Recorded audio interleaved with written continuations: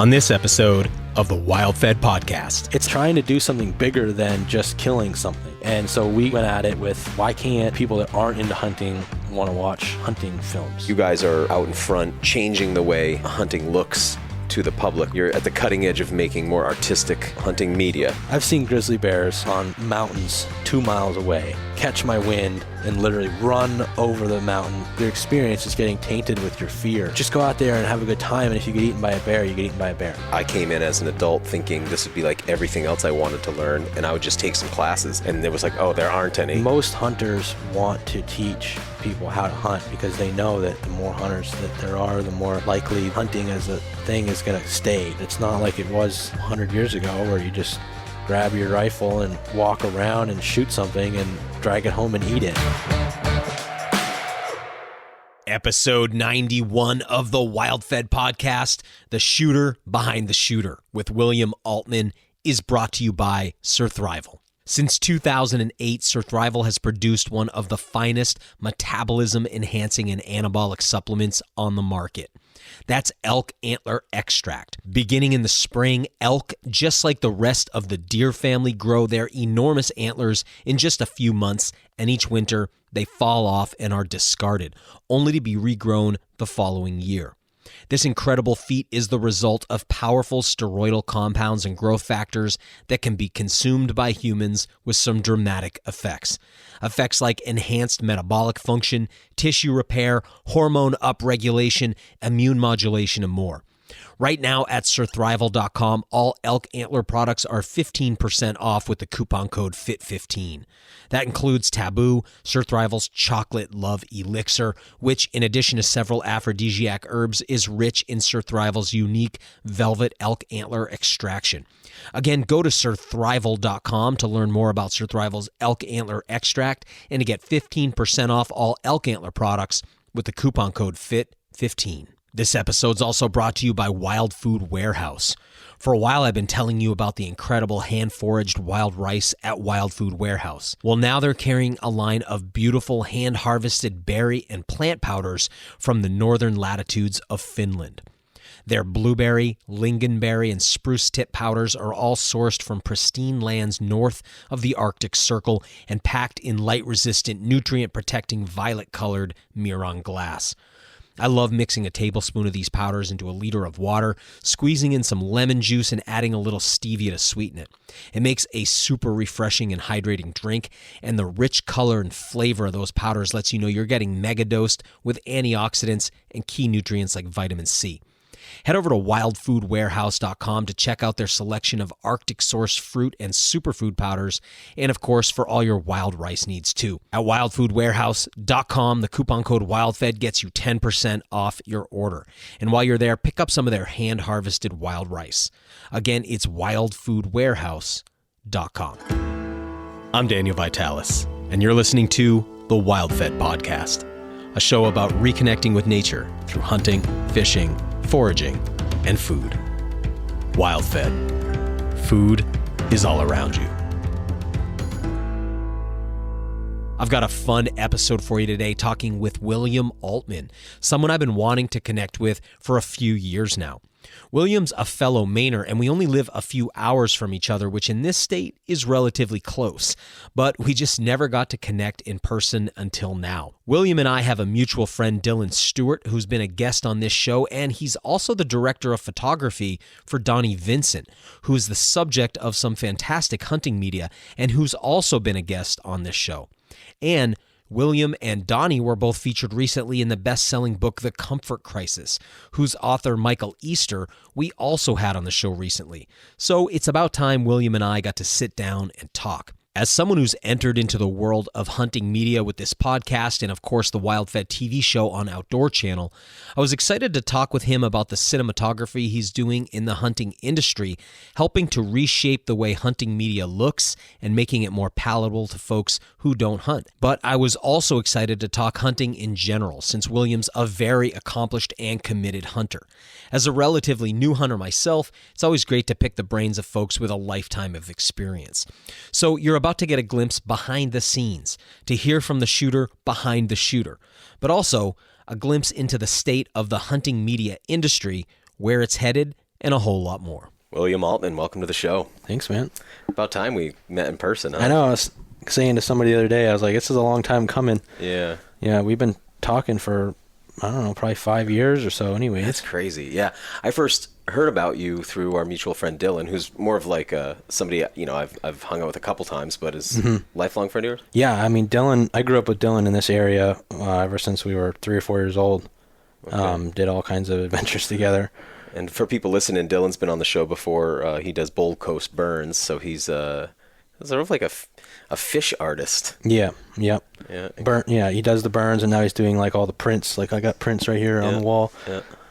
And then the sort of reproduction fish, where he's printing and then putting the paper on the wood and doing that, which is pretty cool too. Yeah, he's amazing. So I first heard about you from him, but then it's like, then I realized you work with Donnie Vincent, right? Mm-hmm. So you want to tell us a little bit about that too? And Yeah. I'll just go through all the ways I know you first, I guess.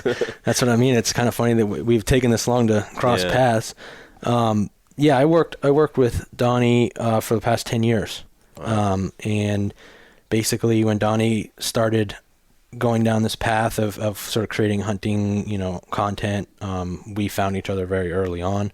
And we've been doing it ever since.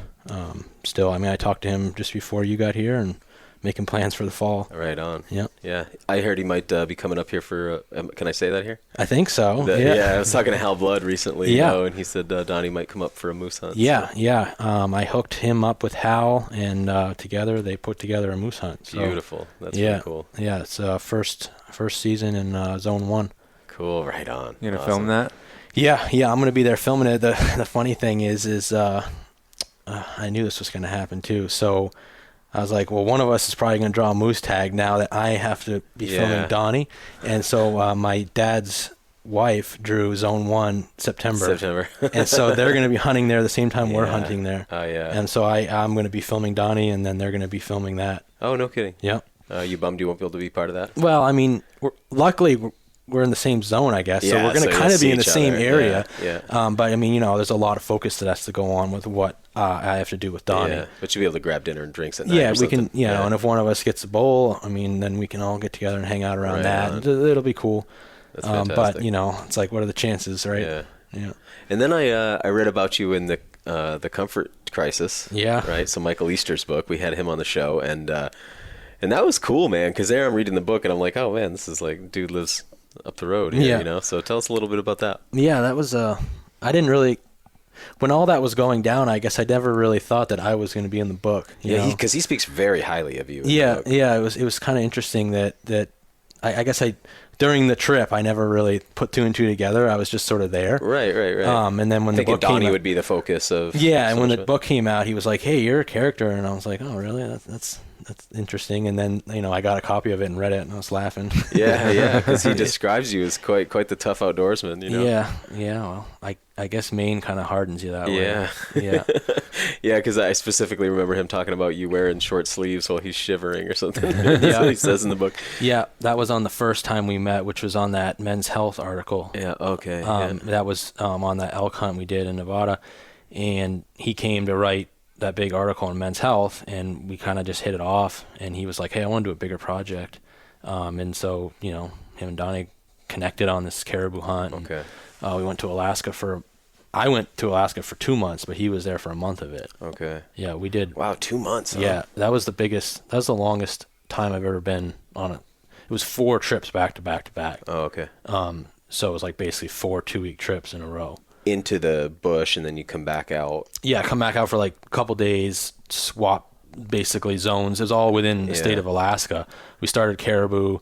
What happened was we booked 2 hunts, and then in the middle there, Donnie drew a very hard to draw sheep tag in between the 2. Okay. So we were like, okay, well, I guess we're going to be here. While you were there? Well, no, but we already had the 2 hunts booked. Gotcha. Right. Yeah, we already had one that fits in the middle. Right, it was just happened to land right in the middle. Yeah. So we were like, okay, I guess we're going for 6 weeks straight. And then Benelli called, and they wanted to do a project on ADAC, and it was the 2 weeks at the end. So we were like... That ADAC video is the end of that? Yeah. No way. Yeah, so we were in... That's Winds of ADAC? Winds of ADAC, yeah. So we were in Alaska for 2 straight months. I really was seeing those harlequin ducks, man. Yeah, I wish I actually brought one, because I shot one. Okay. And I was obviously filming everything, but I was able to shoot one. Yeah. And I brought it home. I carried it on in the airplane, like in my carry-on. And I'm getting it mounted, but I don't have it back yet. Oh, okay. They're so pretty, though. Oh, my goodness. Yeah. Yeah. Yeah, like clown paint. Yeah. You know? Yeah, they're just like, yeah, exactly.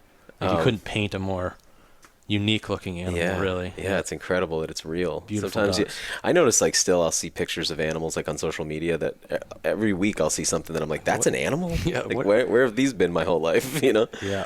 But they're kind of like that for me. I guess it'd be like the wood duck we have here, you know? Yeah, pretty which is, painted, yeah. Yeah, you get kind of used to them after a while, but they're pretty stunning. Huh? Yeah.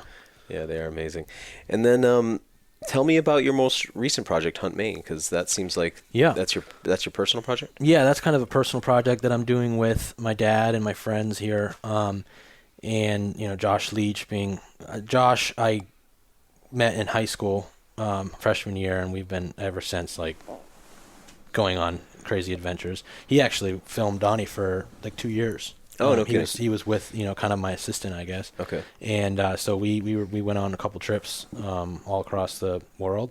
And then we sort of, you know, we all love to hunt so much that we were just trying to figure out how we can sort of show that. And so we started this hunting ME project and, you know, just seeing where it goes, I guess. What's the current, tell people about what the project is currently. Yeah, well, we've got, you know, social, Instagram, we've got all of our pages, YouTube, but basically we're just trying to showcase hunting in Maine, which doesn't really get a lot of exposure, like, as you know. It's starting to ramp up a little bit, but in the last, you know, 20 years of, quote unquote, the hunting industry's, you know, explosion on, you know, social or, you know, TV, Maine never really got a voice. Yeah, why do you think that is? It's so hard here. Yeah. Yeah, I mean, you know, you don't see anything. That's. I'm glad. Yeah. I like. This is nice to hear. You know, it makes me feel better about myself. No, I mean, I've hunted all over the world. Yeah. You know, I've hunted all over especially the country. Yeah. But I've hunted other places across the world too. But in terms of hunting in Maine, it's the hardest state I've ever had to hunt in. In terms of seeing deer, or, you know, turkeys, I guess, are little. You know, turkey hunting's turkey hunting. When it goes right, it goes right. But deer hunting especially it's super hard here. My first few years of deer hunting, I'd strike out in Maine and then I'd drive down to North Carolina and shoot a bunch of deer because it'd just be so easy. Yeah, I mean, my dad and I, we grew up in Maine hunting, figuring it out, and it was super hard, right? It's really hard to actually learn how to be successful here because you just don't have. First of all, you can only shoot one deer. So if you shoot your first deer on day one, you're done for the season. So there's no more learning that can happen. No more experience. Right. So you're out. And then if you don't get your deer, you know, seeing deer, having what we would call like deer time, you know, interactions. What works? Why did I see deer today versus why didn't I see deer yesterday? All those sort of pieces, putting those together. It's really hard to get those pieces because there's just not that much. There's just not that much. Going on, where you can go out down, you know, out west and you can see 50 deer in a day, and there's rutting action going on, and there's bucks chasing does, and there's things you never even see here. Thank you for saying that as well, because also, you know, being a relatively new hunter, it's like hearing people talk about what they're seeing, you know, in podcasts, let's say, that are taking place around the country. Yeah, it's just like where how are they seeing all of this? Well, what I was getting at was where we really turned a corner is we moved. This was right like at the recession, everything crashed at like 2008 or whatever. And my dad was building houses. He grew up as a contractor, and the house market crashed. He was like, and he kind of was just getting burned out on building houses for 30 years. And he's like, I want to do something different. And we got this job down in Maryland, managing like this big 1,200 acre farm. And through that, we got like all the hunting rights on it. And so we started hunting down there, and the deer population was just like, you know, a whole different world than what we were used to. And so for like 4 years, we would shoot all with our bows. We only bow hunted. We would shoot like 40 deer a year. Wow. You know, just the two of us. So all of a sudden, you know, in 4 years time, you know, we probably shot, 150 deer. And, that taught us a lot. whether it's deer time or tracking, what happens after the shot. I was going to say also probably your field game, your butchering, all Everything. That stuff must have advanced significantly. We got to a point where we could break a deer down in like 15 minutes. Yeah.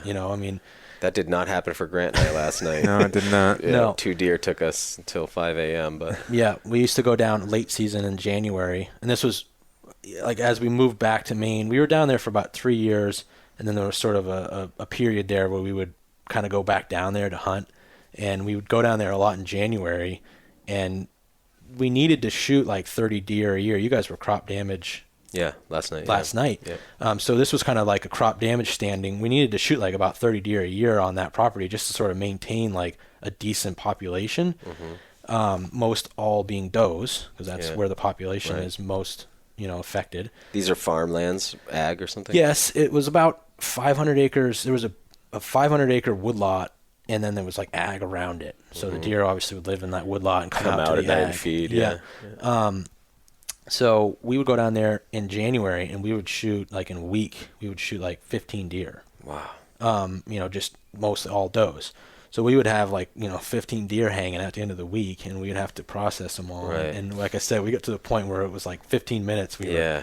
breaking them into meat-sized chunks, and then it was like a grinding or steaks or whatever. That's awesome, because what you need is that back-to-back where you remember the lessons learned. But when a year's gone by and you haven't done it for a year, you can only get one a year, like it is here. It slows your learning curve down a lot, huh? And the success rate here is like, I don't know, I don't want to misspeak. I think it's only like 15-20%. Yeah.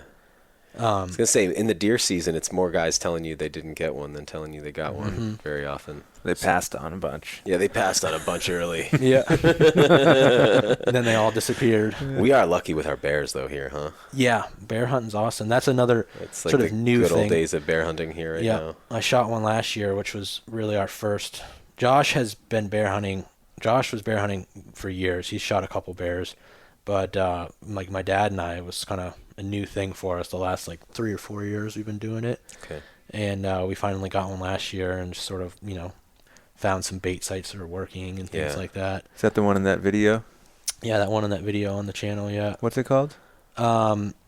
It is, Jesus, what's it called? Hunting at a certain camp? Dead Man Camp. Dead Man Camp. Yeah, the Dead Man Bear. Yeah, come on. We need to promote these YouTube videos. I know. That's I'm a cool spacing video. out. That's a really cool video. People should check that out. Yeah, that's a pretty cool spot. That's basically where I grew up my whole life, back in there. Okay. And that camp on that pond there, I used to ice fish all through there, and I would always look at that camp like, who owns it, or like what, because it was just run down, like beat up old camp.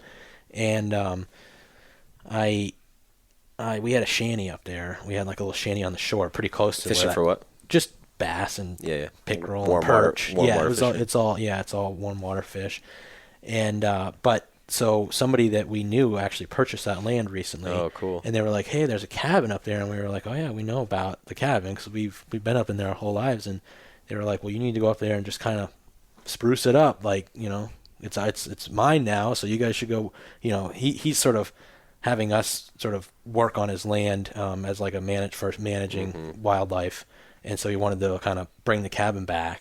It's in pretty rough shape, but we went up in there and sort of gutted it out and cleaned it up, and but it was kind of a turning corner, 25 years, 30 years of sort of being around it, and then all of a sudden now we get to use it. We're staying in it. That's so amazing. Cool. I love stories like that. Yeah, you also kind of on your website have it listed. Is it land management? Is that how you have it said? Yeah, land management. Yeah. Yeah. Speak to that for a second. Yeah, we do a bunch of whether it's putting in like fields, food plots, or like road work or trail maintenance, or you name it. I mean, anything. We've got a couple excavators, tractors, skid steers, all that heavy equipment. Okay, that's why you have an excavator here. Yeah, I got one out behind my house now. So, like last winter we made a couple food plots for people, like straight out of the woods, cut all the trees down, pulled all the stumps, pulled all the rocks, and, now everything's, with all this rain we're getting, everything's getting green, right.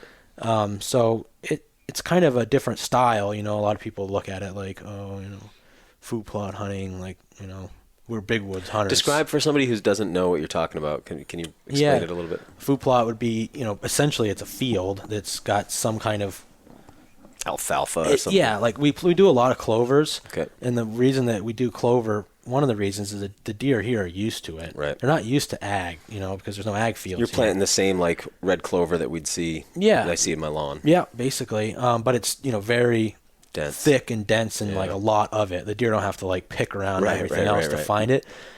So clover works really well because the deer are just very used to it. But a lot of the other stuff, like kales and brassicas, turnips, like things like that. Those are all sugar beets. Those are all great crops, but sometimes it takes the deer a little while to sort of like understand it. They don't really know what to do with it. They've never seen it before. Yeah. And they're not really used to like going to a field for food like they would be in ag country. Yeah. So it's a different style, and like I said, there's sort of this. Hunters are sort of they have different ideas, right? Some guys think you should be out in the deepest, darkest woods and look for the deer on their turf. Which you do a bit of that, don't you? Of course. I mean, the last 2 deer I shot, the closest field was probably a mile away. I mean, I was in the middle of the deep woods. I mean, to be honest, I've never even shot a deer in Maine over a field. I've always been in the woods.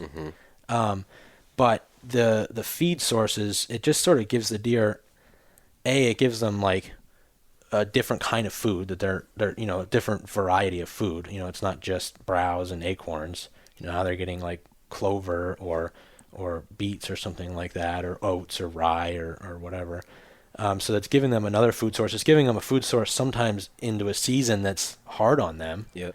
Like especially those late season crops. Like they'll eat those sugar beets and stuff like all winter. They'll go, once they turn and they freeze, they'll go and dig the tops off, and then they'll chew down into them and eat them out of the ground. And so that's a nice food source for the wildlife. And it's not just deer, right? And everything uses it. And you can shift their travel patterns and corridors a little bit too. Yeah, well, that's the other thing, is it gives you kind of, even if you're not hunting over this food plot, it gives you this sort of travel corridor thing where the deer are working around it now, and they know it's a consistent, like there's food here all the time. They make it part of their daily routine, stops, and you might get some does and fawns that are using it on a daily basis, and then now during the rut, all of a sudden you got bucks coming in looking at those does for breeding, and you get those does coming on a regular basis, and now those bucks are I don't like all this judgment about how people hunt. I don't either. It's so annoying to me because I do, and I should say that I really do understand it. I feel it come up in myself. I get where I understand all the arguments. They make sense. They're logical, but it's like, why are we doing this? For me, I'm doing it for me. And I know people have different reasons they do it, but with the bears, like here in Maine, it's like we hunt over bait, or we hunt with dogs, and a handful of people will get them in the general season. Yeah, it's like, but it's not that common. 2%. Yeah, it's really low. 1.5% or something. Yeah. I mean, and you don't know, like when you report, like you go into the tagging station and they go, "How'd you get this?" Yeah. Like you could just say whatever you want to say. You could be like, "Oh, I snuck right up on him with a bowie knife." You could say whatever you want, and they're not going to know. Yeah. So I mean, who even knows the accuracy of the reporting? But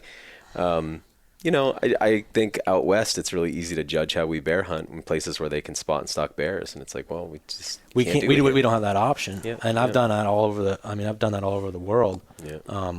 Bear hunting for brown bears, grizzlies, black bears, all of them.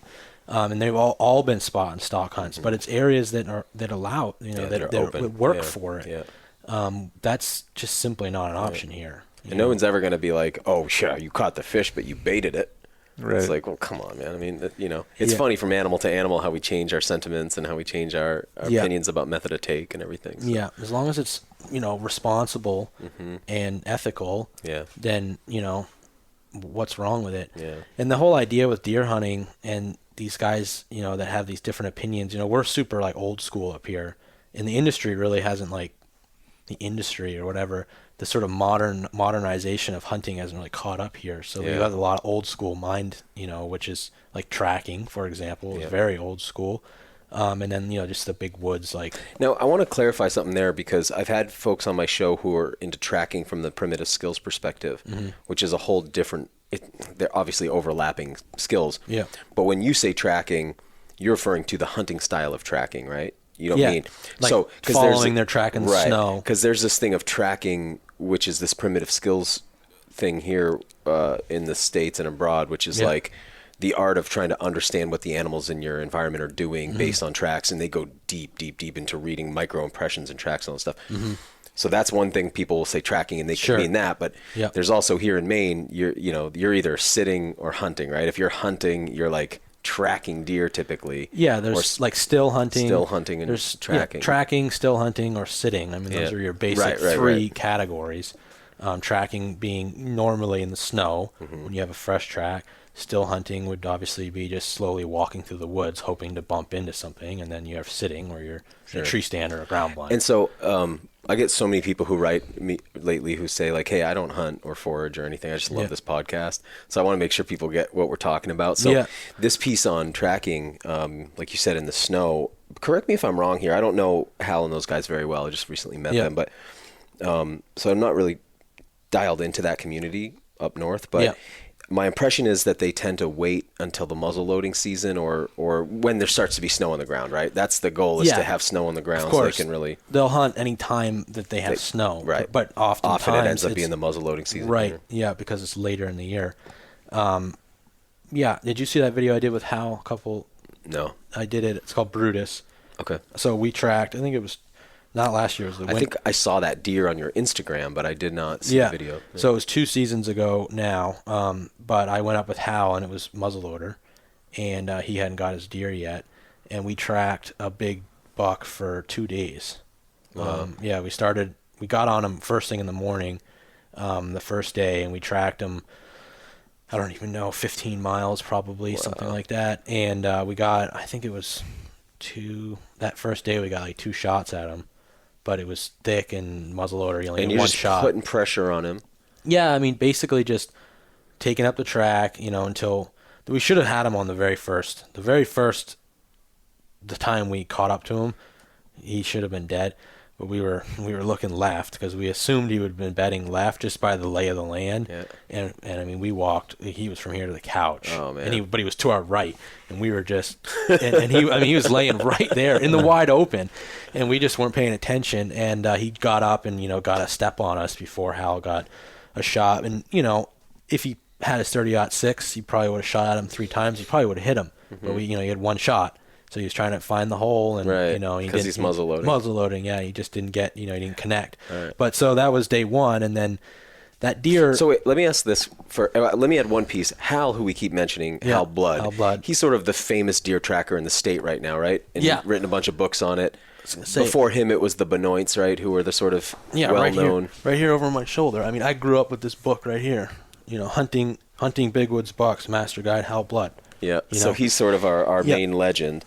Yeah, and this, him and the Benoits would have been the other one. The Benoits were like a little bit like prior just to Hal. Before him, right? Yeah, I mean they were obviously at the same time for a while, but they were a little older even. My wife, who is from Montreal, cannot stand that we say Benoit. She's like, Benoit. It's Benoit. And I'm like, that's not what they say. So we're gonna say it how they say it. Yeah. But anyway, so. And this style of hunting, he's got a sort of a rifle that he likes, right? Like they like these pump action. Yeah, he's rifles. got the same rifle he's been using since It's like a Remington 7600 or something. Is that what it is? Yeah. Yeah. Pump. So that sort of accommodates this style of hunting and whatnot. So it's open sights, light, shorter gun. You don't typically use a scope because it's you're shooting at like a running deer 90% of the time. Right. So let me add one more question. Yeah. So you said the end of the day.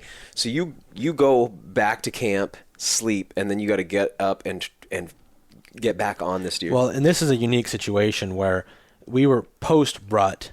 Normally during, like if you were tracking mid-November, that deer will never stop, right? Mm-hmm. So you get on him, and you might even never catch him because he's just going so hard. He's going as fast as you're going, and you just can't beat him, right?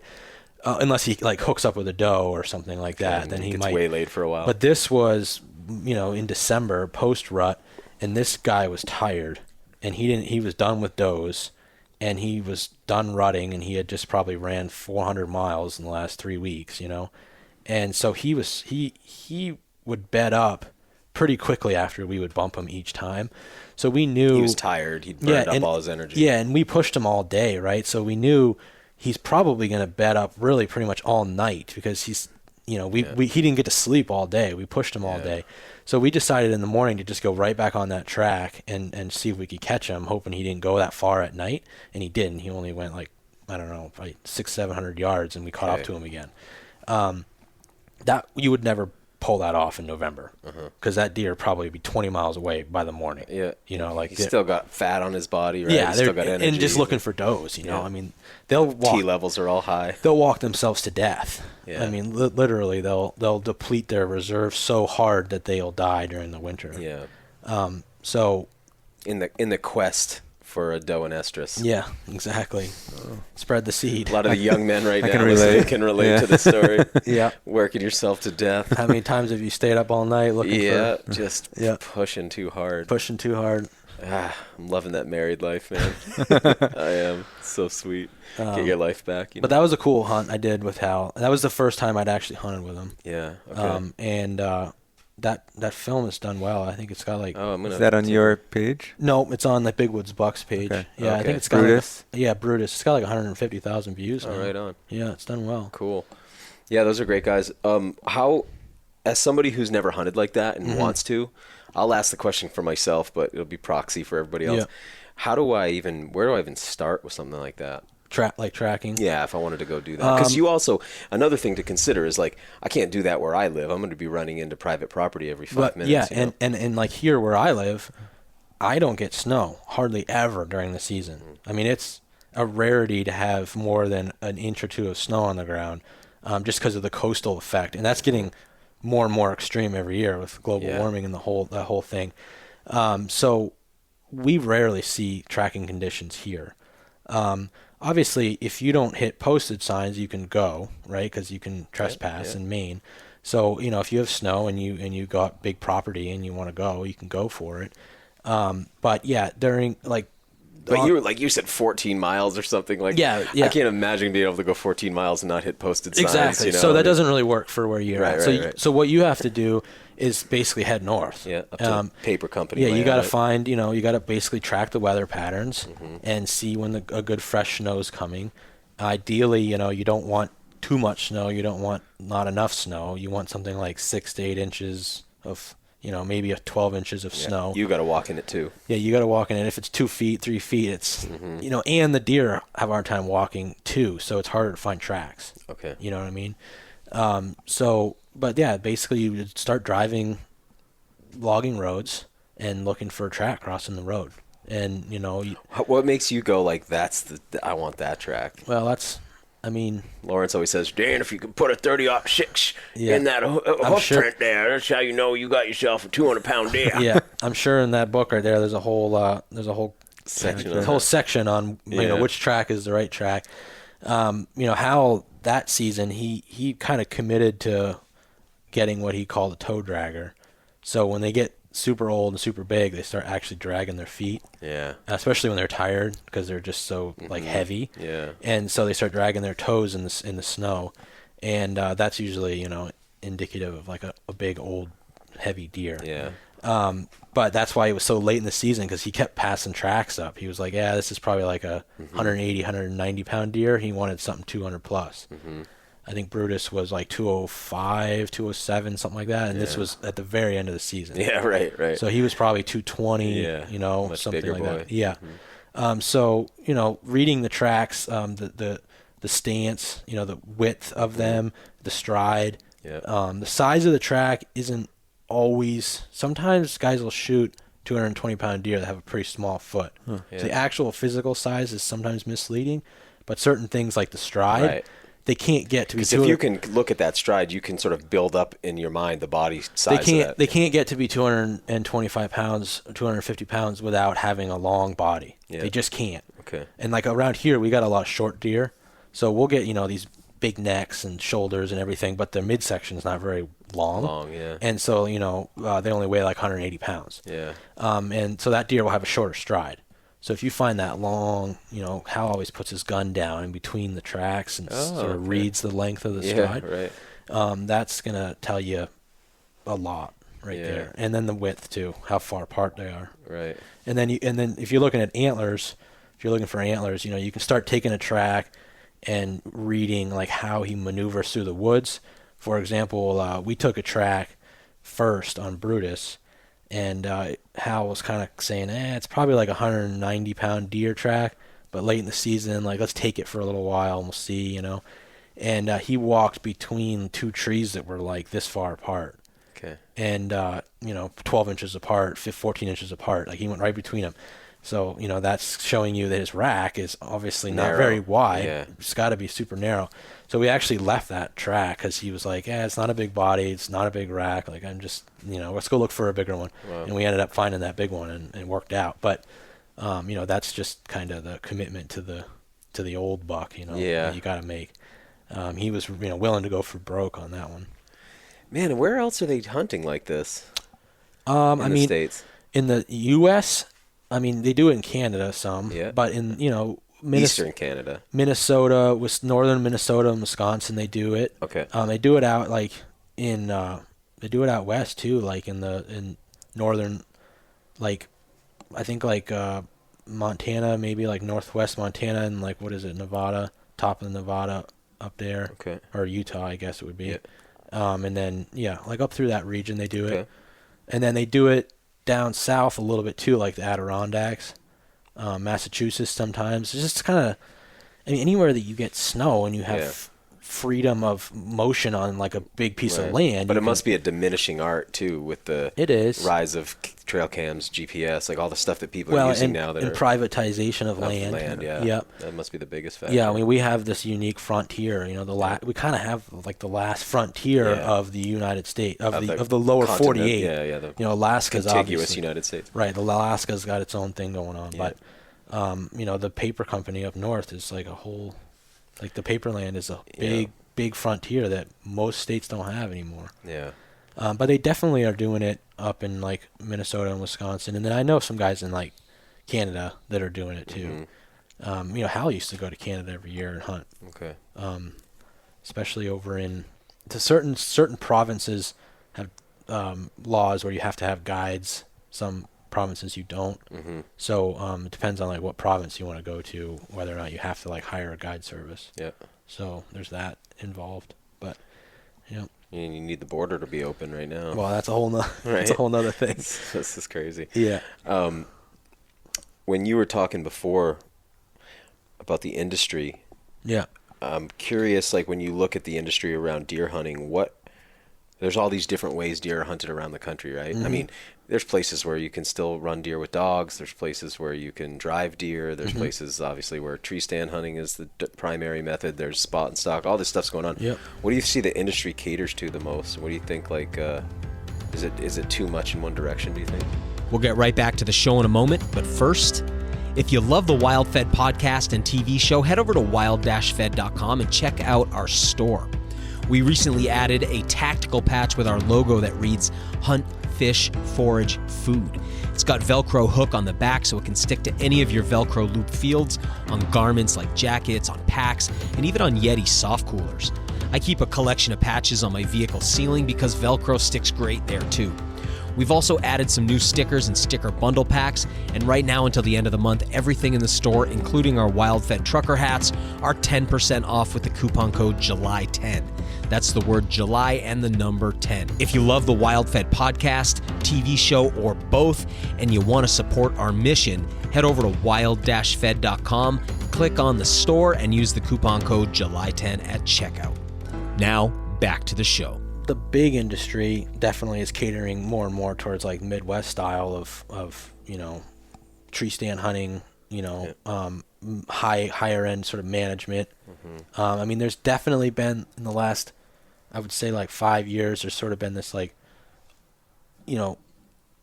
hunting public, the hunting public page. You ever seen those guys? That like blew up. And this sort of like carry in, carry out, style where it's sort of go deep, go far, Lone Wolf, like custom gear. Mm-hmm. Cody DeQuisto, he like, that's who's behind Lone Wolf. That's I have a couple of their stands. his dad really like minimalist stand. His dad Andre started Lone Wolf, okay, like the original Lone Wolf, and now they have Lone Wolf custom gear, which is even more refined. Oh yeah. On top of okay. I have one upstairs. I can show it to you. I'd love to see that. He just did like a road show. He was actually going to come here, and it didn't quite work out. He did like some touring around like Pennsylvania and stuff like that, and showing off some of his stands and methods of how he hunts. But basically, he's got a very, very unique approach with his hunting. I mean, he has almost no tree stands preset, right? He has it on his back. He'll walk into a spot, read the sign, basically pick a tree, and based on what the sign's telling him, and hunt. And he'll move, like he'll hunt all day, dark to dark. And he's a bow hunter.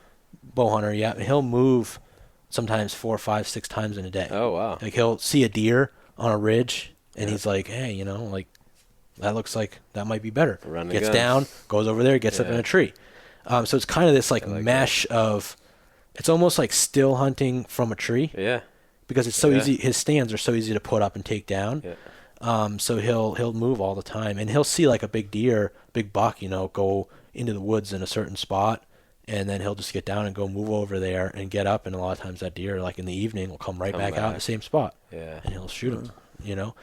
Wow. Whereas a lot of guys would stay in their tree stand, and they'll see him come back out. Yeah. And too far away. Same distance. Still out of range. Too far away. So he's got a unique style for sure, and his stands are very catered to that. Mm-hmm. Very lightweight, very easy to set up and take down. I love mine. The climbing sticks scare me a little bit because they're like cheese graters, so I'm always worried about dragging a shin or falling.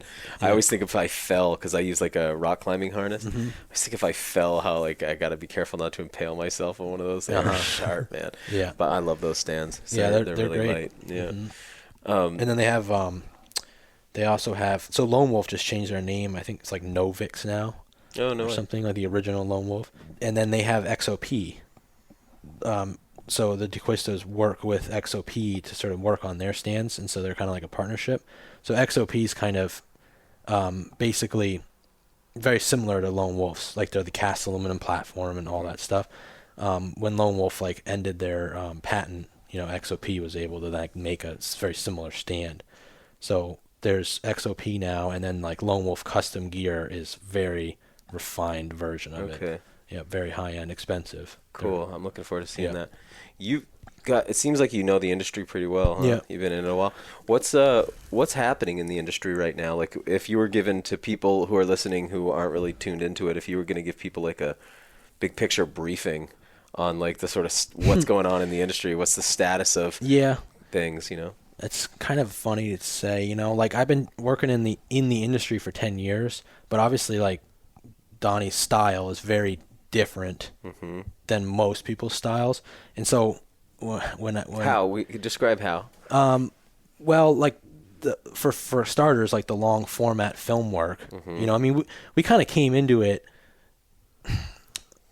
I'll watch like a super high end like snowboarding film, for example, and I don't like snowboard, but the filming is really well done, and they'll go to some crazy place and tackle some big mountain, and they'll snowboard down it, and it's like, well, why did I want to watch that when I'm not a snowboarder? It's because it's well put together, it's a good storyline, and it's pretty, and it's like, why can't hunting be that way?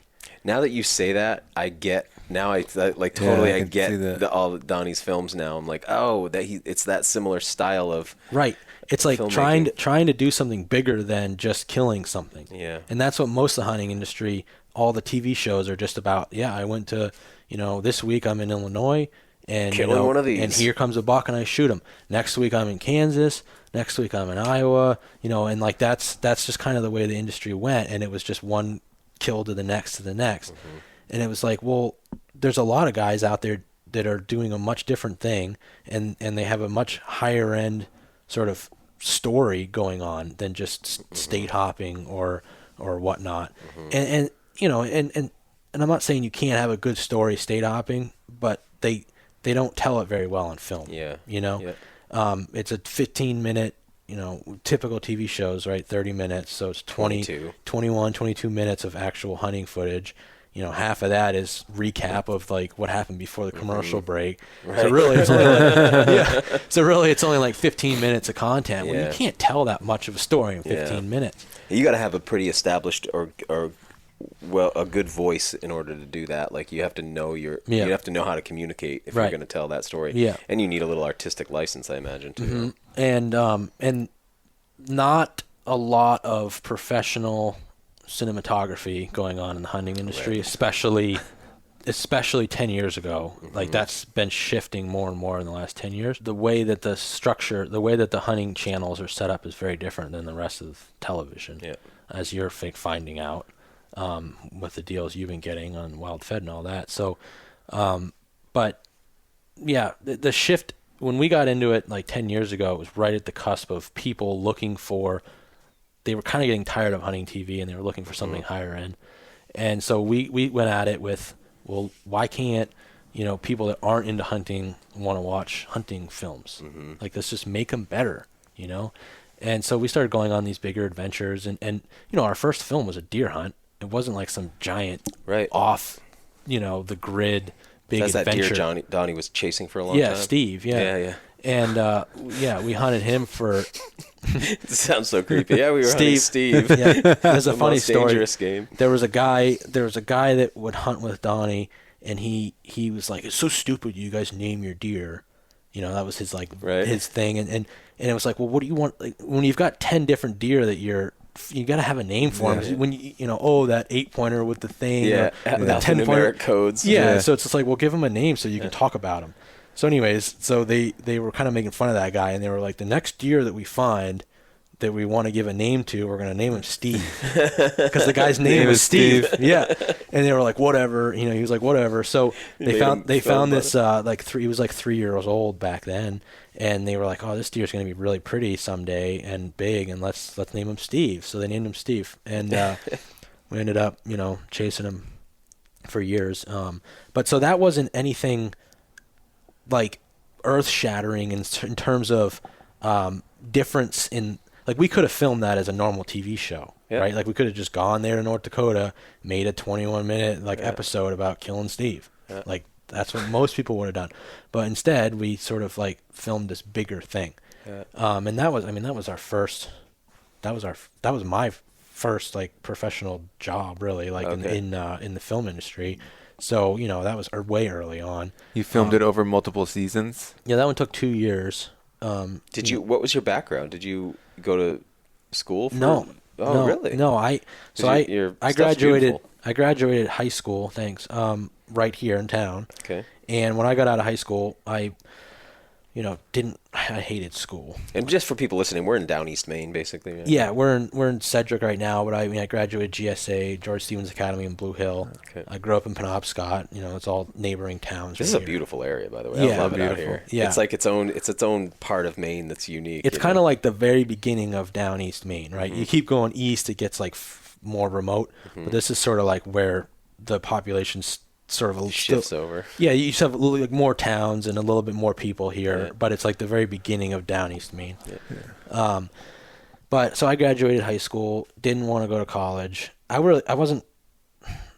When I look back, I always think like I never in my mind thought I want to grow up to be like a cinematographer, director of photography. Like that wasn't really my goal. But when I look way back, I can always remember like Handycam style, like trying to make like hunting little videos, or like sledding videos, or like I would film, you name it.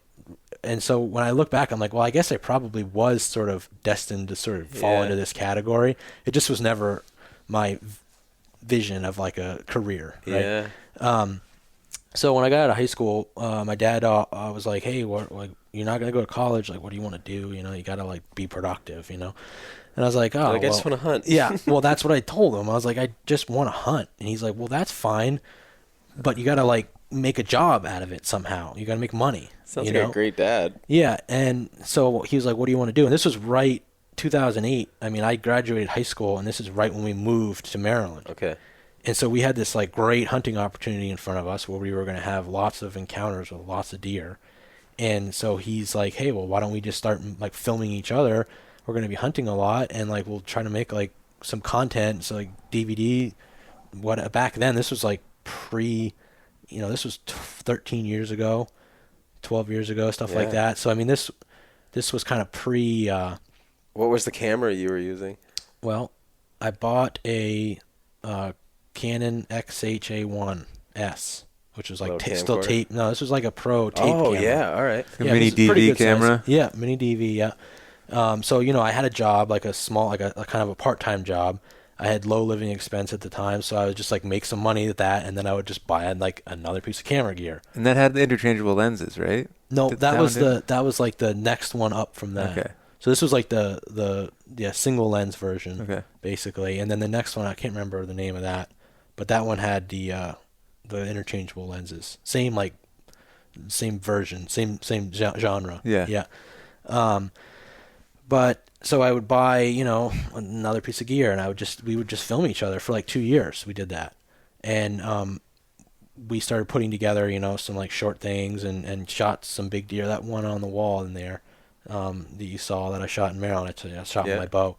It's like we filmed that, and started putting together like some hunts, and then started sending that out to the world a little bit, and then got sort of recognized as somebody doing good work. I had no idea what I was doing in terms of like professional, cinematography like standards. Like I had no idea what I was doing, but everything that I've always done in my life and my dad's always taught me.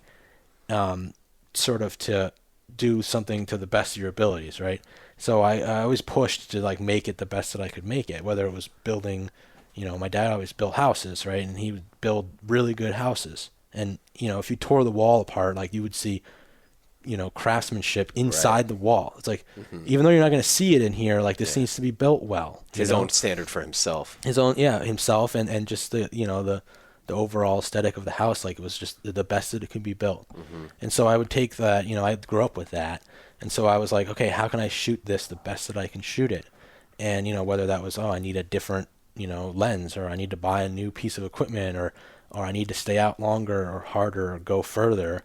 That was like always how I would push, And so it sort of came across as, I guess, well done work. I was a nobody, but the people that were seeing it thought it was well done. So then I quickly got a job with Donnie after that. Okay. He just saw your work online? Yeah, it wasn't directly with Donnie. I was hired to do the real story is I got noticed by Sitka Gear. This was like right when Sitka was like kind of starting coming to up, like ramping up. Yeah. And this was the first sort of high end like clothing company. Now there's a couple of them, right? Like First Light and Kuyu and there's a bunch of them. But this was like the first. That's the first time I've heard it pronounced where I'm like, I bet this person knows how to pronounce it. Kuyu? Yeah. Everybody around me says it different. I've heard it so many ways. Kiwi, a lot of people say. Yeah. So Sitka was like, hey, we're interested in some stuff. And so they actually flew me to SHOT Show in Vegas. Oh, cool. And I mean, I was that must have been nuts for you. I was 18. Whoa, that's 19, a crazy event, huh? Something like that.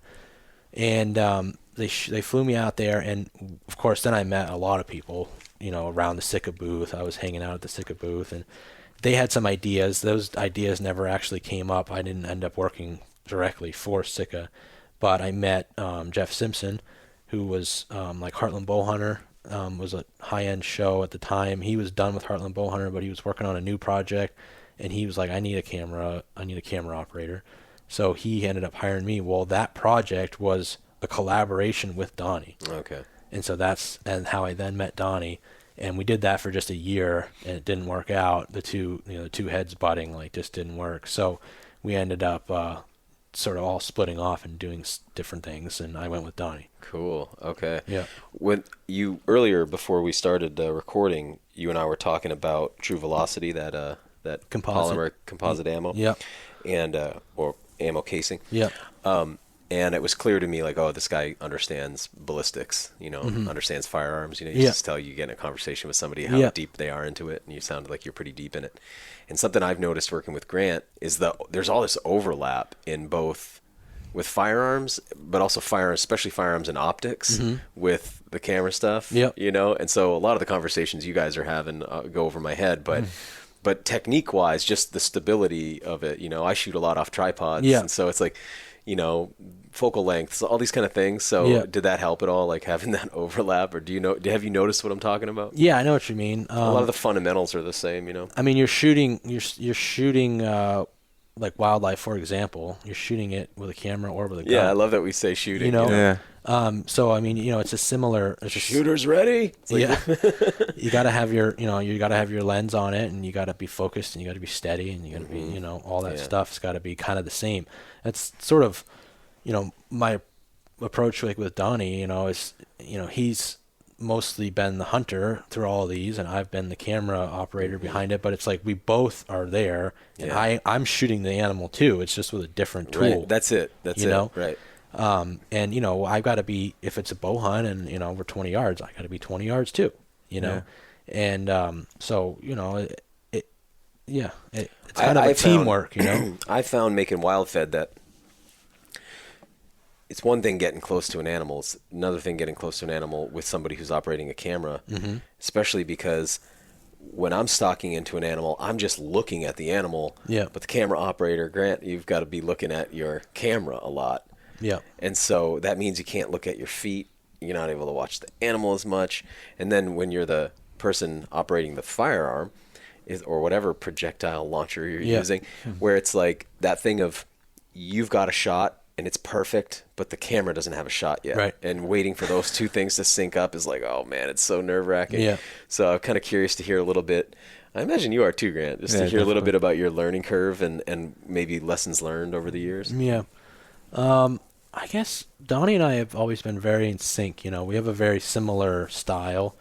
Temperament-wise? Well, I guess like style in the way we move through the world. Okay. You know, whether it's stalking or you know, ideas or so. You know, we've never really like been in, you know, I want to go this way and he wants to go this way. Right. You know, typically we just both want to go the same way because it's just how we work. But if we do have a different idea, like we come together and we figure it out and then we go one way.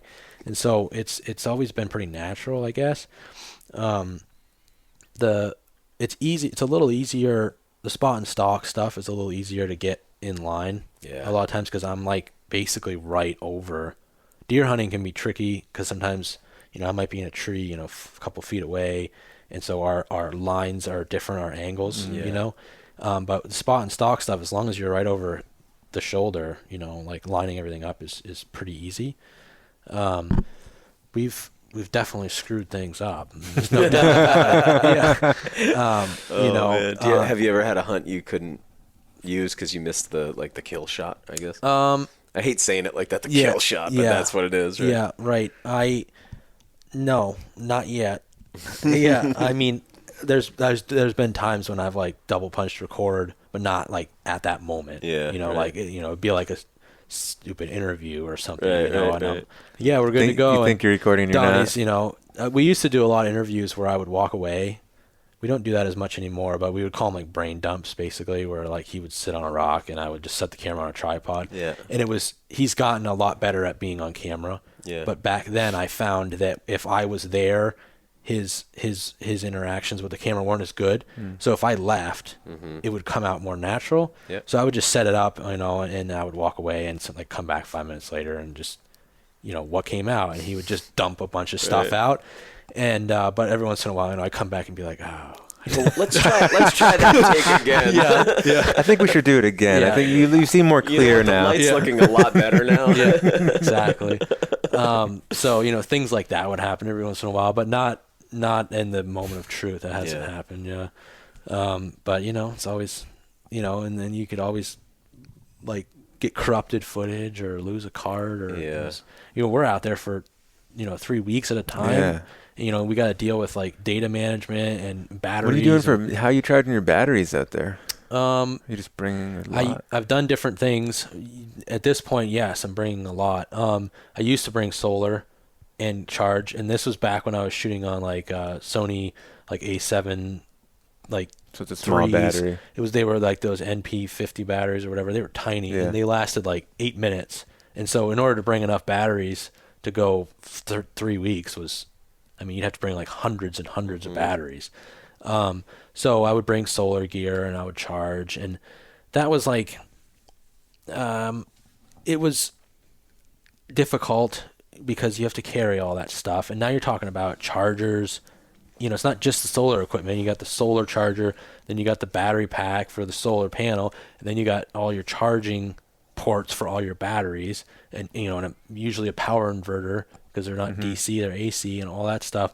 And then you've got the issue of the power isn't in the right place. And so if something in that chain breaks, like let's say your charger breaks for some reason, now you can't get the power out of your solar into your camera batteries. That's a huge break in the chain that could literally ruin the whole trip, in terms of filming it. We can still go hunting, I guess, but we can't film it if we don't have batteries. You're leaving all that at base camp, and then you're we would leave around. that at base camp. And then stupid stuff would happen, like, we'd leave and some windstorm would come and blow the solar panel over while we're gone, and then like 10 hours later we'd come back to camp and the panel's laying there and didn't get any charge, and we're like, oh god. If you're shooting like a still hunt, what are you carrying on your back like during the hunt? Like when we did the sheep hunt, for example, this was during the comfort crisis basically, and this we hiked in, I think it was like 15-20 miles, something like that, to get to base camp. When I left the lodge, my pack was 85 pounds. Wow. Now, what do you weigh? I weigh, depends, like, right now I weigh like 185, but like at that time I was probably like 170 because that's a lot of pack, I was into it. Yeah. Anything over 65 starts to get pretty hard to manage. Yeah. And my pack was, I shouldn't say my pack was 85. My pack was like 70, like low 70s, but then I had to carry my camera, which is like 15 pounds.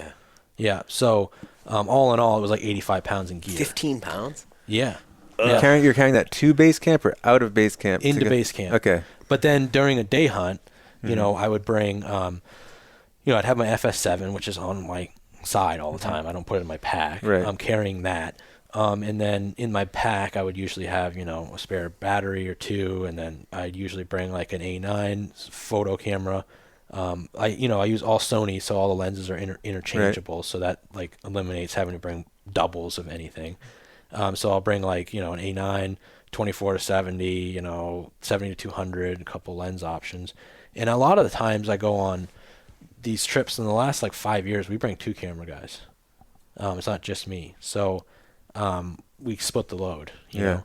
And one of the reasons we do that is it's really hard to film the hunter and the animal at the same time. Yeah, you guys are probably figuring that out. I'm like using like a lens that goes from like 24 to it's like 280, I think. Yeah. So I can be wide, and then all of a sudden. But it's like not as wide as you want and not as tight as you want at the same time, right? So we just eliminated that whole issue by just bringing 2 guys, which is a lot more work and a lot more expense, but a lot better product at the end. Yeah. And so I, especially on a hunt that's got like more than one talent, like where Donnie is with somebody else, like a guide or a, like the Comfort Crisis with Michael, like we filmed all that stuff. So like when Donnie and Michael are interacting, I can have a camera just on those guys, and at the same time I can be shooting long lens on the wildlife. Right. So we're not missing anything. Yeah. Like we're getting everything. And so much of filmmaking and storytelling is like audio. Like they say like 90% is really audio. So if you don't get good like people interactions and audio, sound bites and clips and all that stuff, like you're missing a huge part of the story. Donnie's wearing a lav the whole time. Yeah, we would typically lav both. Yeah.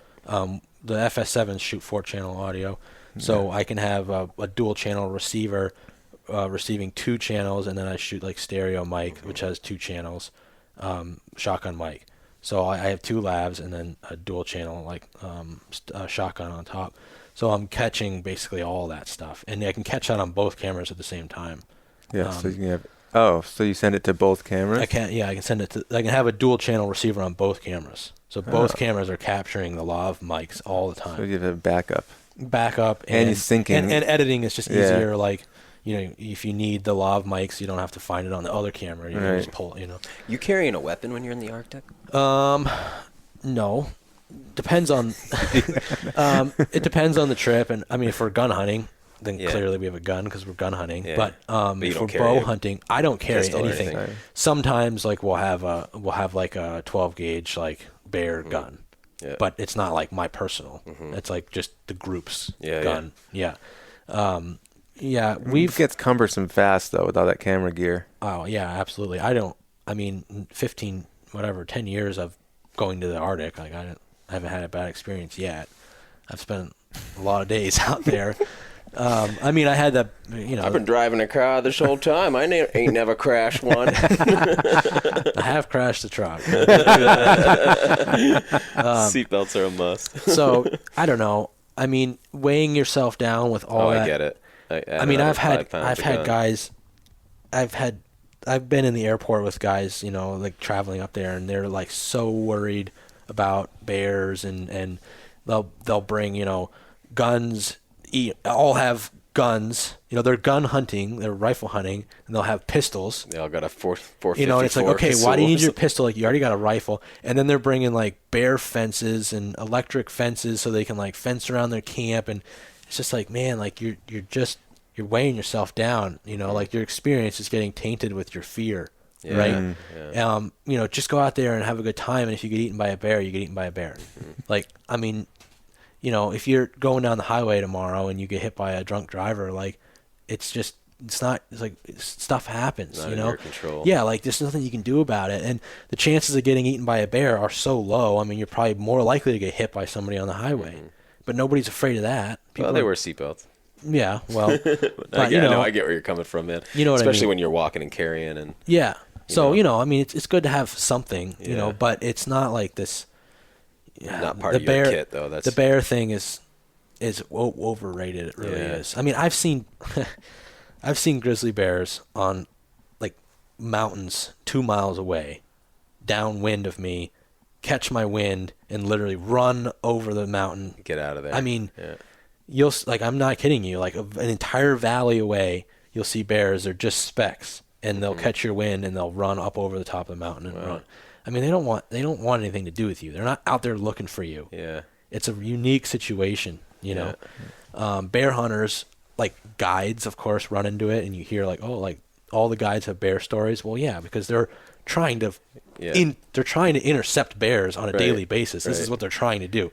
When you're out there hunting moose or caribou or sheep or whatever, or now, of course, in like the lower 48, we got more and more grizzlies all the time, which is a unique situation where like the grizzlies that are in the lower 48 now are coming in contact with more people. The ones in the Arctic, like most of them have never even seen a human. Right, don't know what a person is. So they're like, what the hell is this? Like, I don't want anything to do with that. Yeah. But when they're hitting the scent of hikers all the time, and they're learning that like people aren't scary. That's a dangerous situation. It's a little different. People are food sources too, right? Yeah, those bears up in the Arctic, man. Like, I mean, this is no joke. I've probably spent 60 days hunting brown bears. Wow. Okay. And we've never shot one. Wow. So like we're trying to get eaten by a bear, and we can't pull it off. Yeah. You know what I mean? Like we're bow hunting. I mean, and this is all bow hunting, not gun hunting. But like we're trying to get within 20 yards of a big bear, and we can't intercept. Yeah. And so it's like, think about, we're trying to do that, and like, so it's just not that.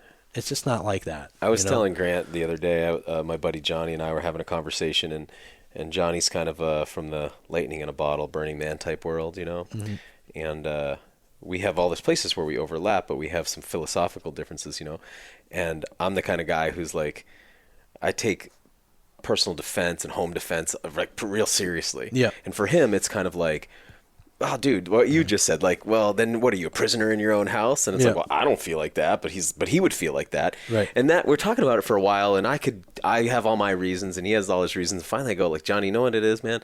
I just like this stuff. Yeah. Like, if I'm just honest, like. But to be honest, humans are a whole lot scarier than bears. Yeah. Okay. We're on the same page about that. Because they have a reason. Yeah. And a whole different agenda. Bears are, they're just out there trying to survive. Yeah. And they have somewhat of a predictability about them. Like they don't want anything to do with you unless it's a very unique situation with like cubs for protection, or a very hungry bear for some reason. Especially, yeah. Yeah. But I guess like sometimes maybe the guys who are like, oh, I was carrying this here pistol and I got this backup pistol. And it's like, you just like guns, yeah. And you just need a threat fine. to justify why you're carrying the gun. Yeah, yeah, you can do that, no doubt. But there's so much fear around that. Yeah. And I don't know. Every time I go up there, people are like, "You worried about the bears?" I'm like, "Not even a little bit." Yeah. Like, not even a little bit. I mean, if I see a bear, like, cool. Yeah. You know? Yeah. Yeah. Pretty awesome opportunity. Yeah. Yeah. So you were saying back to where we I want to pin what we were on before and go back to it. You were talking about the first film you guys made about Steve. The Other Side. And then you started going... The Rivers Divide, sorry. Yeah. And then when did you start going up to the Arctic? Had you been up there earlier in your life, or was the first hunt I ever did with Donnie was a sheep hunt in Tok, Alaska. That was the first. Like, I met Donnie. I missed my flight, which was not my fault, but I missed my flight. So we were supposed to meet and then drive like to Tok and then have like basically stay at the trailhead that night and then hike in the morning. I missed my flight, so Grant showed up late for our first shoot too. Yeah, so I didn't make it to base to the trailhead until like 4:00 in the morning. Oh wow! By the time I actually got there, so I hopped in the tent for like 2 hours, and we got up at like 6 and hiked in. Yeah. And so that was literally where I met Donnie, like at trailhead. And this was to this day like arguably the hardest hunt we've ever been on.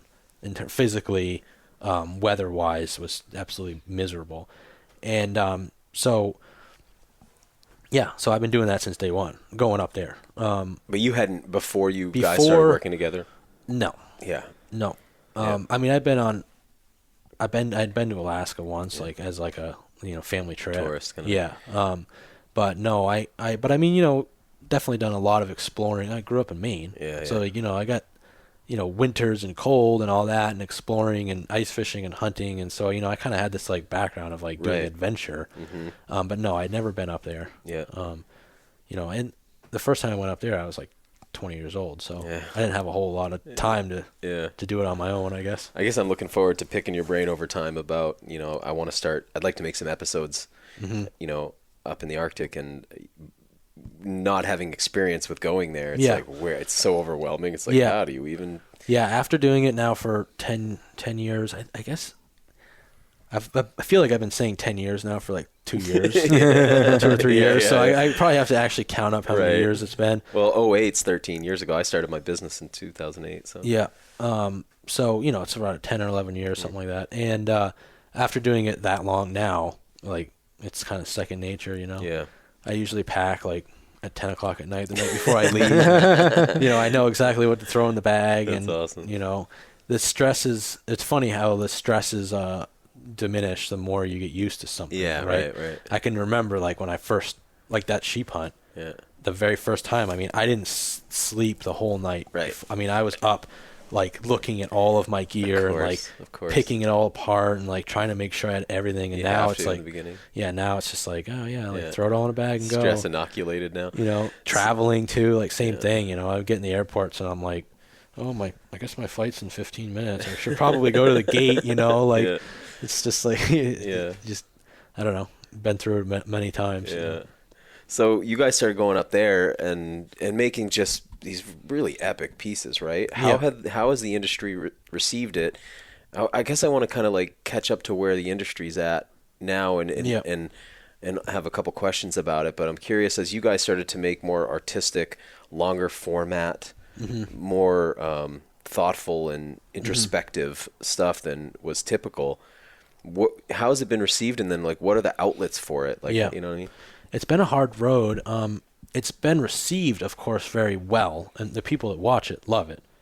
The hard part has been inside the industry, like justifying the amount of work to the expense, and like, and trying to get, I guess, quote unquote, sponsors or funding for the projects. It's such a different format than what they're used to. Like a big time snowboarding film or something like that, like they would go to like, Patagonia or something and be like, hey, we want to make this, awesome film. We need a bunch of money to fund it. And they're like, they're used to that kind of work more so. So they'd be like, yeah, like that sounds awesome. Like this is going to be a sweet film. Like let's do it. You know, here's some money baked into the cake with the industry. That's what they already do. Yeah. That's kind of how they roll already.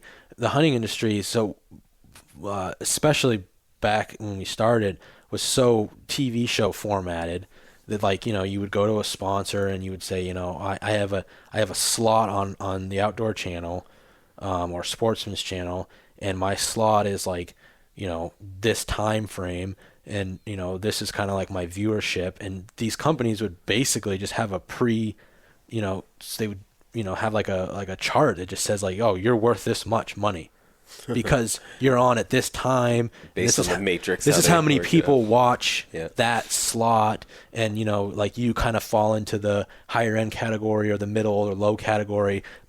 Like they spit out this like number, and like that's what you get. And so when we would come to these companies like, yeah, we want to do an hour and a half long DVD, they're like, what? Like, you know, like how can we justify, you know? And then it's like, it might take us 3 years to make, you know, because the other side took us, that was like 5 or 6 years of bear hunting in one film, you know? Deer hunting? Bears. That was the bear one. Oh, what's it called? The Other Side.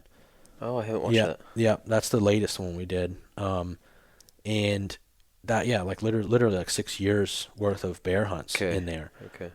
So, you know, it's really hard for these companies to sort of figure out how to like what to do with you. So we didn't really have funding. Yeah. I mean, you know, Donnie and Jennifer, his wife, they were like self-funding it, and not like scrapping by, you know, trying to get, you know, a couple sponsors. We were kind of doing the sponsor thing where we were just trying to get overlying sponsors, like we'll wear this clothing or shoot these bows or whatever. But even that was really difficult, because sometimes, you know, at the end of the year, like we didn't, like our project's not done. So like our content never really like didn't get out. And so these companies are like, well, nobody saw your stuff. And it's like, yeah, but it's going to come out. Like we're just not done with it yet. But like they want something that's more predictable, I guess. With a faster return. And this is accentuated 10 years ago. Things are shifting slowly, you know, as you've seen, like with, you were talking about some stuff that's new age, you know. So we just got to the point where like sponsors weren't working very well. And Donnie's also very, you know, like opinionated, I guess, or not for good reason, about the, you know, brands that he wants to use. He's only going to use very good gear because high integrity, Donnie, not your he's only going to use stuff he wants to use.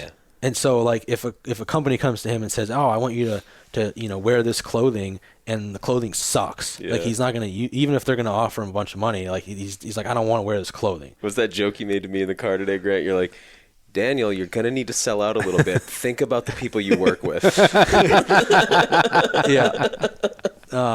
So you know, we would kind of pick and choose, I guess. A few companies worked, you know, like we had a good deal going with like Kafaru, because like we used their teepees and used their backpacks, and like all that stuff was really well. They're an awesome. They make some awesome stuff. Right. So stuff like that, you know, we shot that blanket you used last night was a okay. You know, we shot PSC bows for a while, and you know, like we're making great bows, and you know, Hanwag we still work with them. Fjallraven, like these pants here, like this is still like currently going on. Like this is great gear. I love that they're supporting.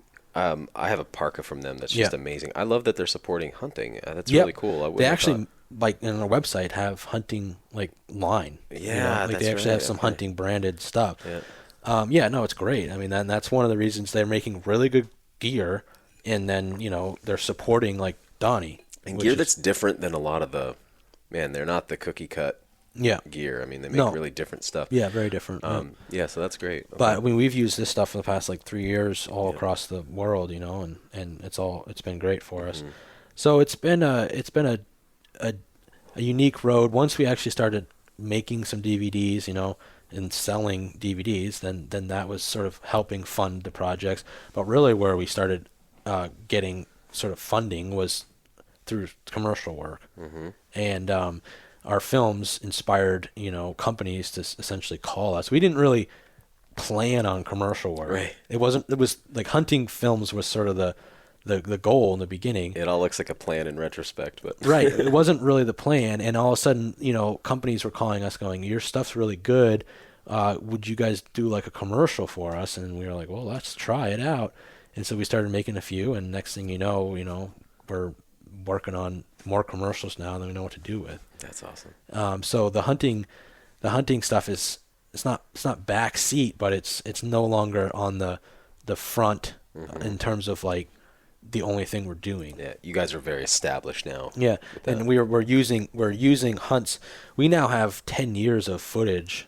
We have our own stock library. Yeah, I bet. So we've never bought a clip. Wow, that's awesome. Any commercial, that's awesome. Any commercial you've ever seen that we've ever made, any shot is something that we've shot. Do you have a good system for how that's cataloged?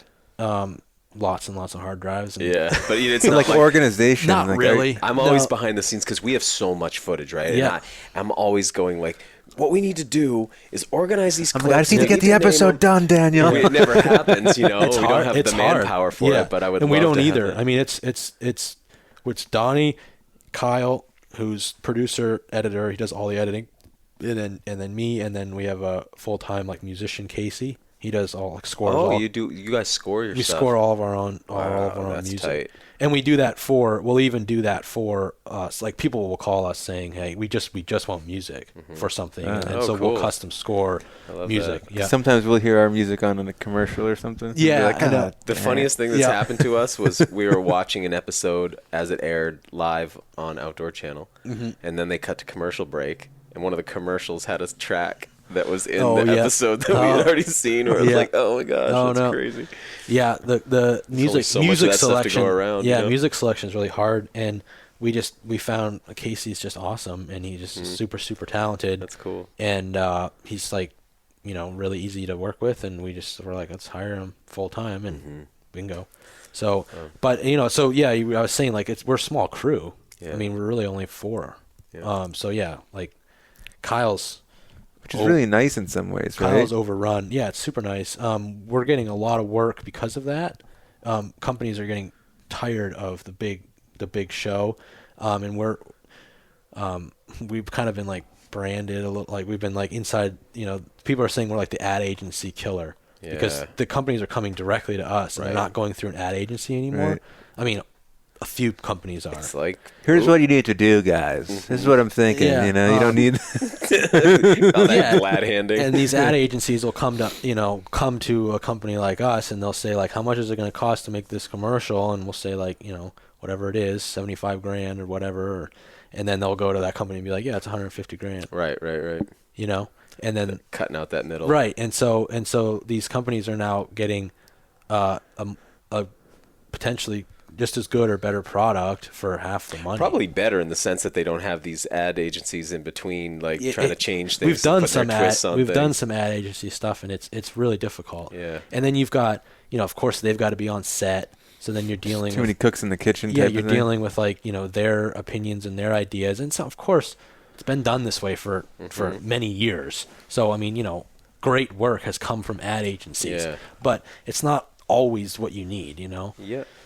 And we have. Well, it's like Airbnb, it's like Uber, it's like all these services are changing. It's all of these networks are now going from cable to direct to consumer. Like, we're just in a time of flux where everything's changing. Everything's changing all the time.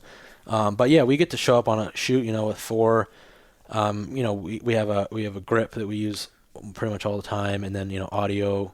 So it's usually like six of us or something like that, and we'll shoot. Donnie will be there too. Donnie's as a producer, almost always there as a producer. He does a lot of if we ever have to do any interviews, he always does all the interviews. He's super good at like talking to people comfortably. I mean, you've probably obviously done podcasts with him, like it's pretty easy to talk to. So he's good at doing the interview process, and then he does a lot of like the sort of vision in terms of like in the hunting content. He'll be like, oh, you should wear like this kind of clothing. This will look good. His image. wardrobe, things like that, and then carrying my shit around. Yeah, it's the only time I get to tell him what to go get. Oh, that's great. Yeah. So he'll carry like extra lenses, batteries, for going out remotely or something like that. He'll do a lot of that stuff. So, overseeing. He's the boss, so he just kind of oversees it all. It's nice being part of a team, especially when you don't have a big. Yeah, we all work really well together. Kyle and I are like very, very, being producer and DP, like very in sync. Kyle was on at the same time I came on like 10 years ago. Mm-hmm. So we've been it was the three of us like originally, Donnie, Kyle, and me like 10 years ago. Okay. And we've honestly tried to hire a few other people, and other than like Casey, being full time, nobody's ever worked out as a full time thing, and it was just an odd pairing that we all sort of like fit so well together. Don't mess with the magic. Yeah. Something I wanted to ask you about, we talked about briefly before, with all this change that's going on, and we see shows like, we see Meat Eater on Netflix now. Right. I'm wondering if you think that hunting is going be in the way that, like, for instance, you guys are out in front, changing the way hunting looks to the public, the way they're consuming it, right? You're making this, you're at the cutting edge of making more artistic and more beautiful hunting higher-end media. Stories. Higher end stories and stuff. Yeah. Meat Eater represents a higher end story than a lot of what was the industry standard. Yep. They end up on Netflix. Yep. And it's kind of, to me, watching it, knowing Netflix politics, I was sort of surprised. Like, wow, this seems really strange. My question to you is, do you think that this is a one-off event? Is it, Steve connected to Rogan, who's connected to Netflix, or something? Is it something like that? Or is it like, do you think Amazon's going to go, we need a competing show, and then HBO is going to go, we need a competing show, and Discovery Plus is like, we want to get in the game? And is hunting going to have hunting media going to have a place in this new media landscape, or do you think no, this just is a weird thing that happened and it's going to? I think that it's probably going to always be like challenging politically, but I think that more and more people are sort of realizing the benefits to hunting. For a while there, the only content they were able to, if they're not a hunter themselves, the only content that they really had to digest was, the mainstream like hunting TV, which if you're pretty off-putting if you're not from that world, you don't know absolutely. What you're seeing. If you're not a hunter like already, it's not something you want to watch at all. Exactly. And even like me personally as a hunter, like I don't watch any outdoor television. I haven't for 10 years. Like I can remember when I was a kid watching it, but I haven't in a long, long time. But a lot of hunters have it on 24/7 on their TVs, right? It's like it's just always on.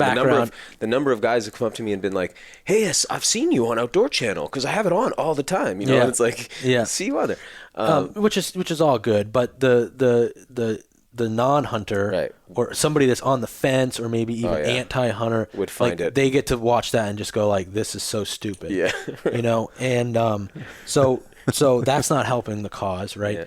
Yeah. I guess I had a response sort of built up. The Who We Are video that we put out, which was like 5 or 6 years ago, it's kind of funny because that was actually a pitch video for National Geographic. Oh, wow. That's really actually what that was. And it's like a little sizzle. Yeah, so if you watch it, and next time you watch it, you'll realize kind of like now that you know that it was a pitch video, you'll the things that he was talking about, Donnie was talking about, kind of were to explain. National Geographic asked us, "Why do you guys hunt?" Right. And so the whole video is like who we are. It's like, why are we hunters? Right. And it was to sort of explain to Nat Geo because they were interested in a TV show around us, and we did that video, we sent it to them, and they were like, yeah, this is so great, like it's really well done, but like we just can't do it. Like, we can't support it. They've changed a lot since then too. Well, they were sort of categorizing it as trophy hunting, okay. and it was like obviously not I mean, you know, we're going out there. The challenge is though, like the challenge is the overlap between meat hunting and trophy hunting. To the uninitiated, it's like it's hard for them to understand. Yeah, right? Absolutely. So they were like, yeah, we just can't support it. Like, we're just gonna take too much heat if we try to support this. And so we were sitting there with this video, you know, didn't get a show with Nat Geo, and we're like, what do we want to do? Like, let's just put it out. So we just like launched it, and the thing went totally viral. And you know, to this day, it's probably got like 7-8 million views. I don't know what it is. Oh, that's cool. And I mean, you guys, like, that's how you guys found Donnie, was through that video. And we got like, when it went out and started, you know, exploding, like, we got staff picked on Vimeo, which you know about that. That's awesome. And I was like, oh boy, like, this thing's gonna get ripped, because you know, it's like the granola crowd on, like, you know, Vimeo is gonna just like rip this thing. We had like 700 comments on there, and I mean, it was like 99% positive. That's so nice. Oh. And I was just like, holy crap, you know, like, that I didn't really expect that. But you can't, when you watch that video, like, you can't really shoot holes in like everything that he's talking about, because he's saying it in a good manner, and it just makes sense. Like, you can't really shoot a hole in it. It's scientifically based, and it's, you know, ethically based, and it's like, well, what's wrong with what I'm doing, you know? And so it just got really well received. But I mean, you know, politics are a weird thing, you know, right? And like the politics of the hunting world, a lot of these channels, like, I think Netflix, for example, they're probably now realizing like there's a market for it because it's doing so well. That's what I'm wondering. Yeah. And are there competitors? I wonder. That? Yeah. I mean, hunting is definitely ramped up in other channels. Like you were just saying, Nat Geo is like changed a little bit in the last like 5 years. They've got more shows that have, you know, animal hunting and going on. Maybe not the exact purpose, but like in the background. I mean, look at, you know, like Alone, right? For example, if you watch the first few seasons of Alone, Hunger Games, right? If you watch the first few seasons of that, though, like there was almost no hunting going on. Right now, they're killing muskox with their bare hands. Yeah, and now everybody's got a bow. With hatchets. You know, the most current season has like Clay Hayes on it. He's like a traditional like this is what he does. Like he's a traditional hunter. Like on YouTube, he's got a channel and everything. For sure, the viewers want to see that more than anything. And when you take away all of the, when you know somebody's really surviving, that's when people are like, "Oh yeah, hunt, dude." Even if they're against it, they're like, and they see you out there. There's no mangoes and avocados growing out there where they are. Right, and that's like where Ranella got his go, was like through the eating, the hunting, and then eating it. Yep. In the cooking part, like that was where he sort of broke in. Right. I guess it was not that easy to break in without that piece. Yep. So everybody can relate to that piece. Yeah, but I think that it'll probably, I mean, we get calls all the time from people that want to learn how to hunt. Mm-hmm. My dad and I have been kicking around the idea for a while of starting like a hunting school. Yeah. There needs to be some. I mean, I have a whole, my experience was, I came in as an adult thinking this would be like everything else I wanted to learn, and I would just take some classes. Right. And it was like, there aren't any. Yeah, there's no classes. So yeah, we've been talking about it for a while. We were actually like right on the we were actually launching a website around it right when COVID hit. And then it was like, well, no one's going to come because COVID. Yeah, and now no it'll one's be traveling. bigger than ever, actually. Yeah. So we're kind of like now that everything's starting to simmer down a little bit, we're starting to rethink about it. Yeah. My dad has a big farm in Brooksville, which is like 10 minutes from here, and he's got a huge old barn, and we actually do like it's a venue. We have like events there, like summer weddings and things like that. And so, we're used to like hosting people at the farm, and it's a great space. We have this huge like 90-foot wide open barn, and it would just be perfect to have, like 30 people show up or 20 people and do like a hunting school. And I'm talking like pretty, not just like the surface. Like I want to get in depth. Like I'd love people to come for like 3 days and like really immerse in it and go over all the different aspects. Cause you're coming into it, right? There's so many things, whether it's hunting laws to strategies to how do you even get a hunting license. How you know? Dude, you got hunter safety. It's you so got, much, and then you got all the gear, so and tree stands, and guns and bows. Most adults don't have. Like Grant's been hanging out with me for years now. You see, my learning process is a little unique, and because I've had a successful business, I have the space and time and the finances to be able to throw myself into it completely. Yeah.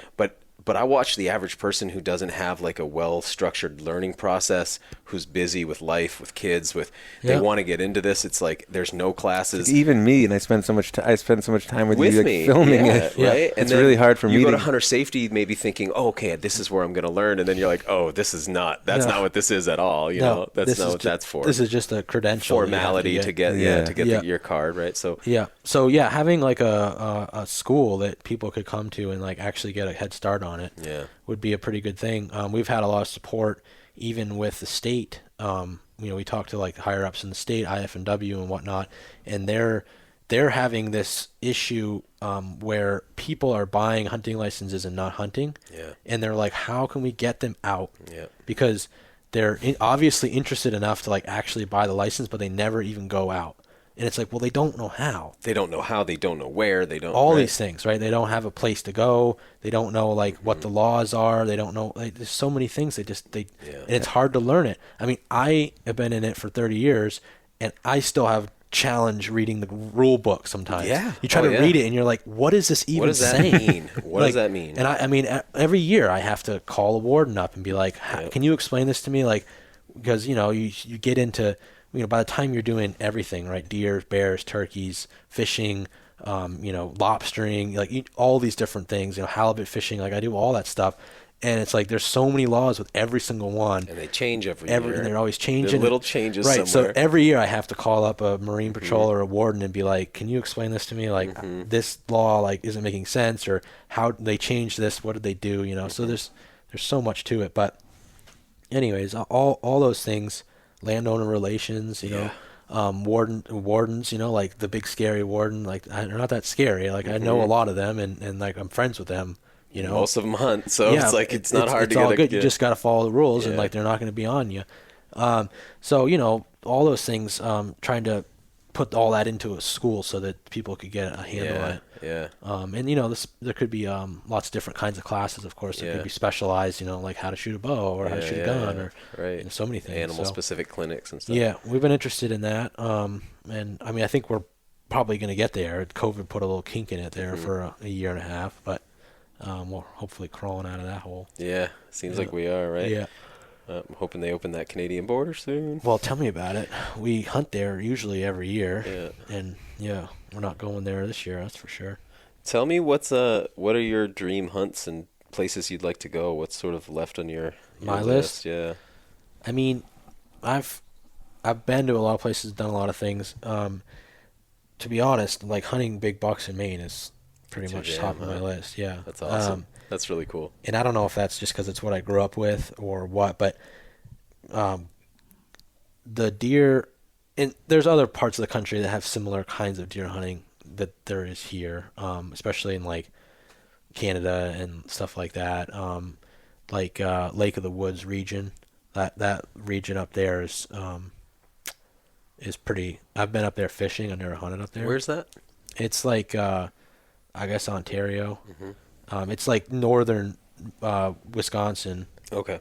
I guess northern Minnesota is what it actually where it is. Because I'm always in Hudson, Wisconsin, which is right on the river. So it's like I'm like Minnesota, Wisconsin, like with Donnie and all that stuff. So, but that area up there is just tons. It's huge land and big expanses. Lots of very like deer that I've never seen people. Like you can hike into a spot where like I don't even know the last time a human was in here, and there's deer here, and it's just like that's pretty cool. And so I don't know, chasing these big deer in Maine is high on my list. I mean, that's when I'm not hunting with Donnie and traveling, doing like that's what I do. I hunt here. I don't really travel anywhere else to hunt anything else. This is what I want to do.